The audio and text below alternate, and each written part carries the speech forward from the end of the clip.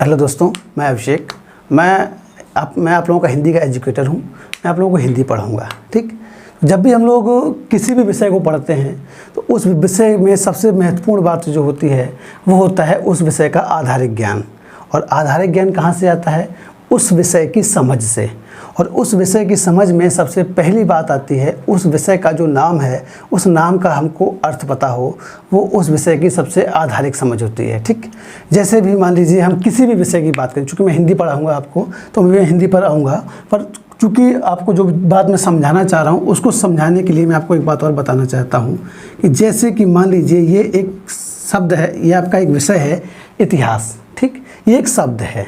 अब हम लोग इतिहास पढ़ते रहते हैं, सारा पढ़ लिया कि हड़प्पा सभ्यता, ठीक, आपका मौर्य वंश, गुप्त वंश, नंद वंश, फिर आपका मुगल काल और फिर अंग्रेज आए, पुर्तगाली, सभी कुछ पढ़ लिया।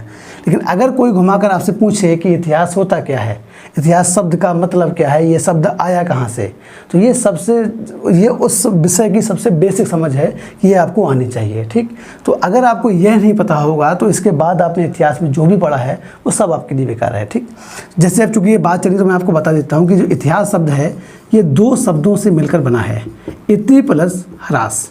ठीक, ये दोनों संस्कृत के शब्द हैं। इति का अर्थ होता है ऐसा ही, ठीक, या वास्तव में, और ह्रास का मतलब होता है घटित होना। अर्थव्यवस्था में जब आप इस शब्द को पढ़ेंगे तो उसका मतलब होता है कमी आना, लेकिन संस्कृत में जब ह्रास शब्द आप पढ़ेंगे तो उसका मतलब होता है घटित होना, जब भी कोई घटना घटित होती है। अर्थात कि इतिहास हम उसे कहेंगे कि ऐसा, इति का अर्थ होता है ऐसा, ठीक, या वास्तव में, कि ऐसा जो वास्तव में घटित हुआ हो वह हम रखेंगे इतिहास में। ठीक, उसी प्रकार से जब हम हिंदी को पढ़ते हैं तो यह बात हमारे लिए जानना आवश्यक होती है कि यह शब्द आया कहाँ से। ठीक, कई बार सीधा सीधा प्रश्न पूछा जाता है मतलब परीक्षाओं में कि हिंदी जो शब्द है ये किस भाषा का शब्द है। एग्जैक्टली यही प्रश्न आया हुआ है कई बार परीक्षाओं में कि हिंदी शब्द किस भाषा का शब्द है, और ऑप्शन में आपको हिंदी ऑप्शन ज़रूर मिलेगा। मान लीजिए कि आपसे प्रश्न पूछा गया कि हिंदी किस भाषा का शब्द है, तो ऑप्शन आपको ऐसे मिलेंगे। ठीक, अंग्रेजी, हिंदी, फारसी या अरबी। अब अगर किसी व्यक्ति ने या किसी पर्सन ने अगर इसका अर्थ अच्छे से पढ़ा नहीं है, समझा नहीं है, तो उसका आंसर क्या होगा कि हिंदी, तो हिंदी भाषा का ही शब्द होगा। ठीक है, हम लोग अक्सर ये गलती करते हैं, परंतु हिंदी शब्द, हिंदी जो शब्द है वो हिंदी भाषा का नहीं है। हिंदी जो शब्द है वो फारसी भाषा का है। अब ये कैसे फारसी भाषा का है वो हम समझेंगे। ठीक, तो हम जब ये समझते हैं कि हिंदी जो शब्द है फारसी भाषा का कैसे है, तो जब साफ करो तो बोलो मत करें, जो कट जाए, चलने दिया करो यार। अब बोलो।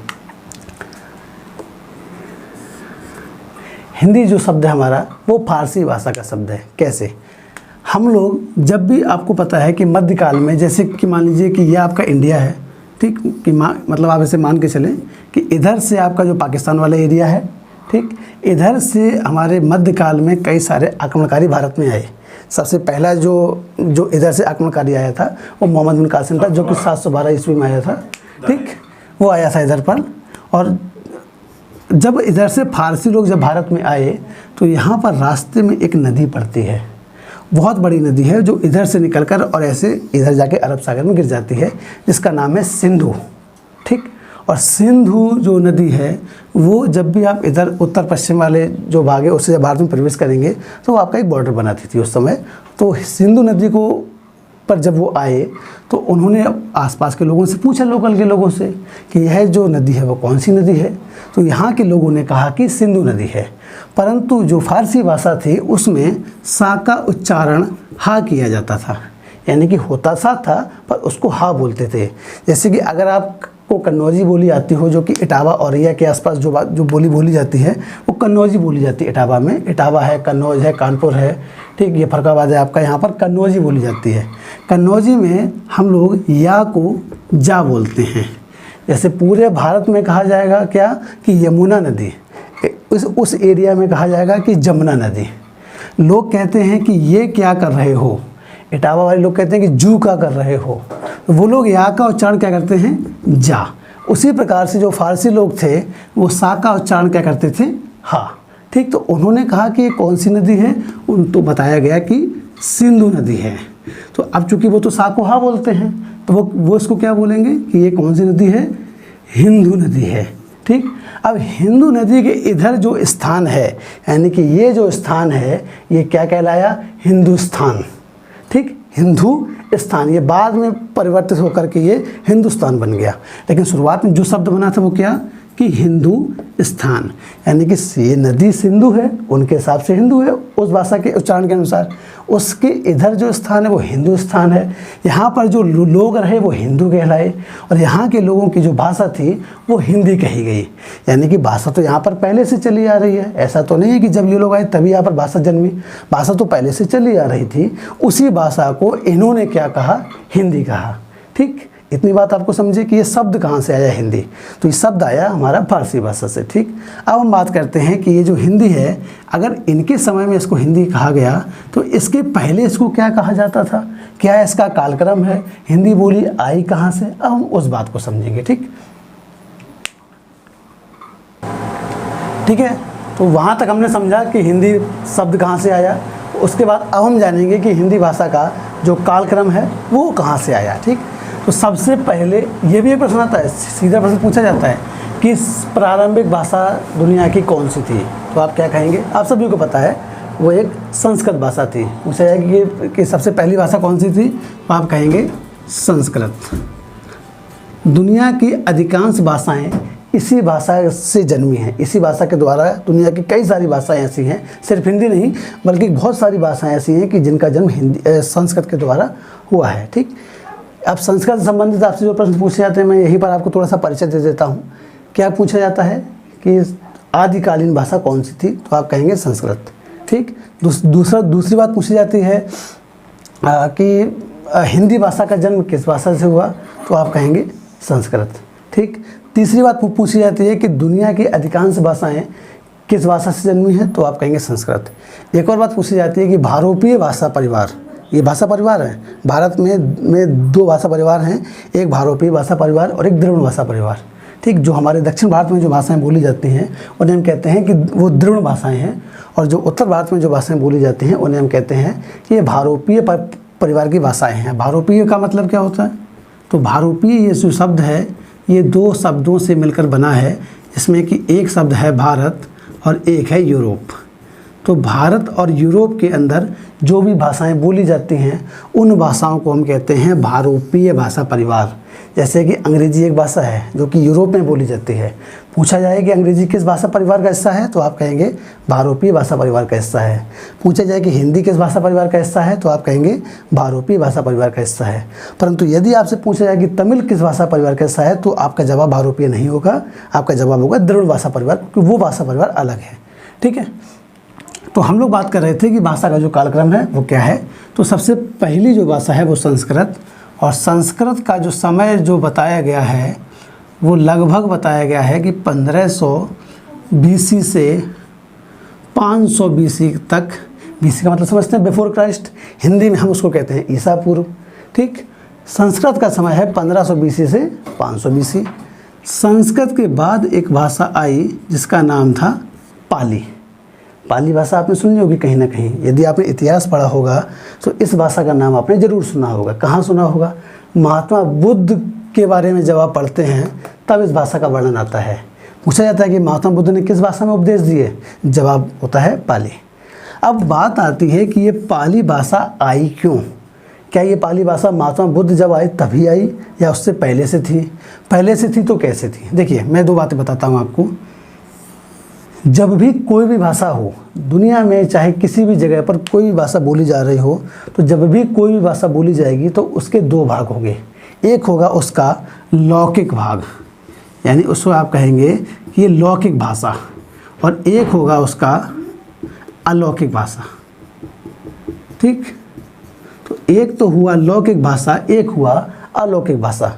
जिस समय संस्कृत बोली जाती थी उस समय भी इसके दो भाग थे, लौकिक और अलौकिक। ठीक, क्या होता है लौकिक अलौकिक, तो देखिए ये लौकिक शब्द कहाँ से आया, तो लौकिक शब्द आया लोक शब्द से।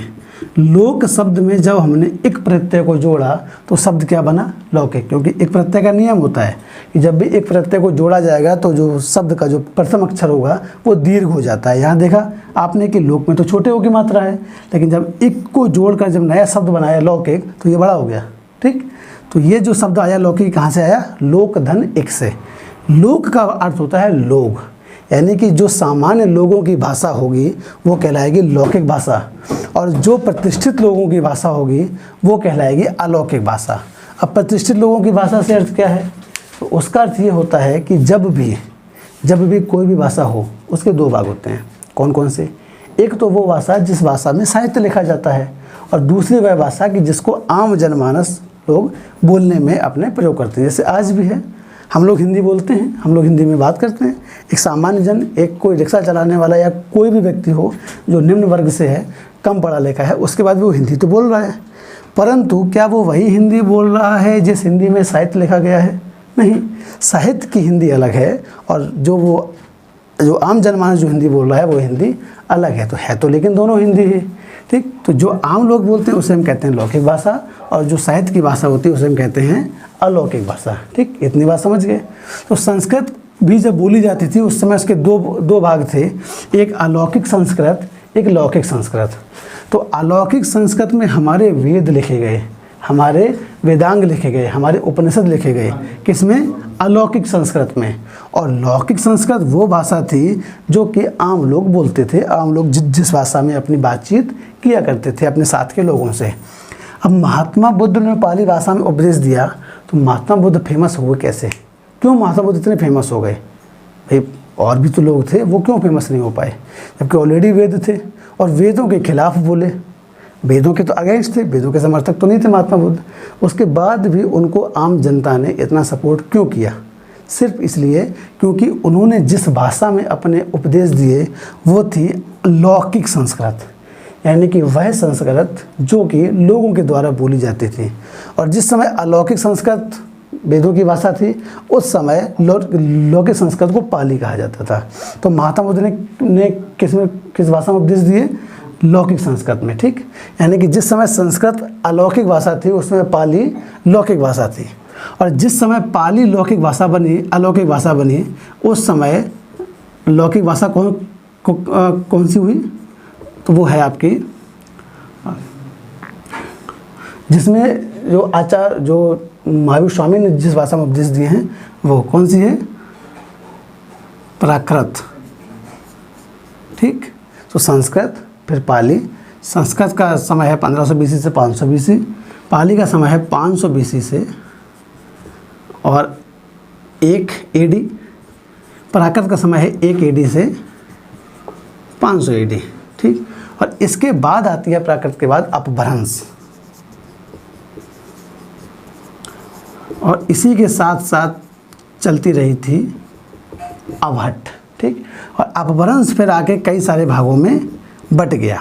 कौन कौन से भागों में बट गया देखते हैं। ठीक है, तो हमने बताया था आपको कि अपभ्रंश जो था वो 5 भागों में बट गया था। एक बार फिर से साफ से लिख देता हूँ कि सबसे पहला था आपका संस्कृत, संस्कृत के बाद आई पाली, पाली के बाद आई प्राकृत, प्राकृत के बाद आया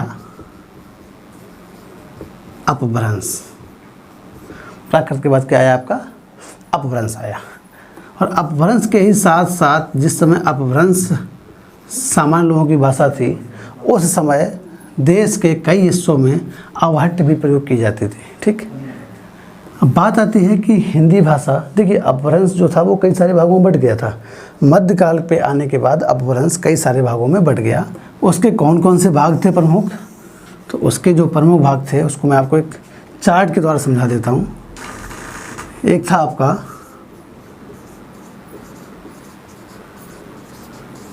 सौरसेनी अपभ्रंश, दूसरा ब्राह्मण अपभ्रंश, ठीक, तीसरा पैसाची अपभ्रंश, चौथा महाराष्ट्रीय अपभ्रंश, पांचवा मागधी अपभ्रंश, और छठवां जो था आपका आखिरी, उसे हम कहते हैं अर्धमागधी अपभ्रंश। ठीक, तो सबसे पहले जो भाषा थी वो संस्कृत थी। संस्कृत के बाद पाली आई जिसमें कि महात्मा बुद्ध ने उपदेश दिए। उसके बाद प्राकृत आई जिसमें कि महावीर स्वामी जो जैन आचार्य थे उन्होंने उपदेश दिए। फिर अपभ्रंश आई, और अपभ्रंश फिर आगे जाकर कई सारे छोटे छोटे भागों में बट गई। वो बट क्यों गई? क्योंकि आपको पता है कि मध्यकाल में जब विदेशी आक्रमणकारी आए तो कई सारे उनके छोटे छोटे भाग हुए थे। कुछ जगह पर उनका शासन था, कुछ जगह पर जो क्षेत्रीय राजा थे उनका शासन था। इस प्रकार से जो भारत था वो कई सारे छोटे छोटे भागों में समय तक बढ़ चुका था, और अलग अलग जगह पर जो भाषा बोली जाती थी वो ये सारी थी। इन सारे अपभ्रंशों से कई सारी छोटी छोटी बोलियां निकली। ये सारी भाषाएं हैं, ये उपभाषाएं हैं, और इसके बाद जो आएंगी वो बोलियां हैं। भाषा, उपभाषा और बोली, ये तीनों अलग अलग चीज़ें हैं। तीनों का अंतर आपको पता होना चाहिए। ठीक, तो ये भी पूछा जाता है कई बार कि सौरसेनी अपभ्रंश से कौन कौन सी बोलियां निकली। ठीक, तो उसमें सबसे पहला आता है आपका पश्चिमी हिंदी। ठीक, उसके बाद आपका आता है गुजराती। ठीक, फिर आता है पहाड़ी। ठीक, पश्चिमी हिंदी, गुजराती, पहाड़ी, पश्चिमी हिंदी, गुजराती, पहाड़ी और राजस्थानी।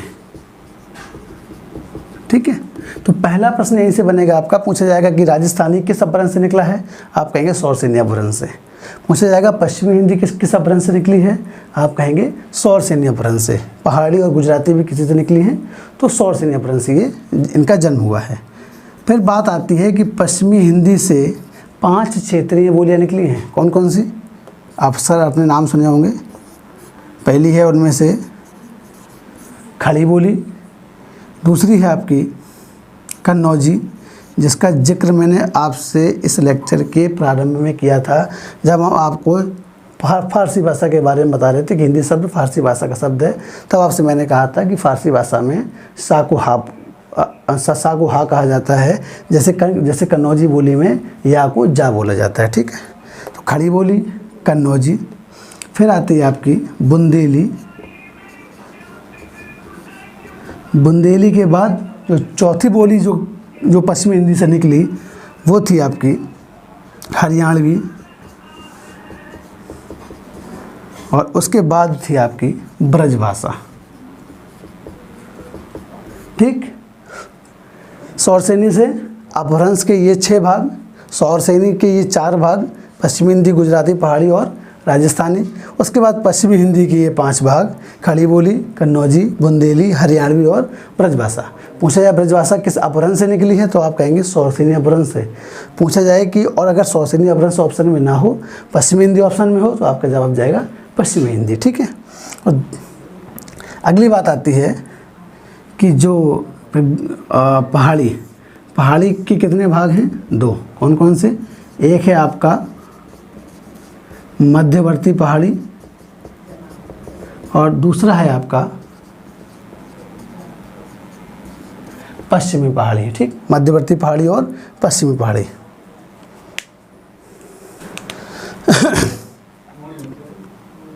इस पहाड़ी से 2, मध्यवर्ती पहाड़ी और पश्चिमी पहाड़ी।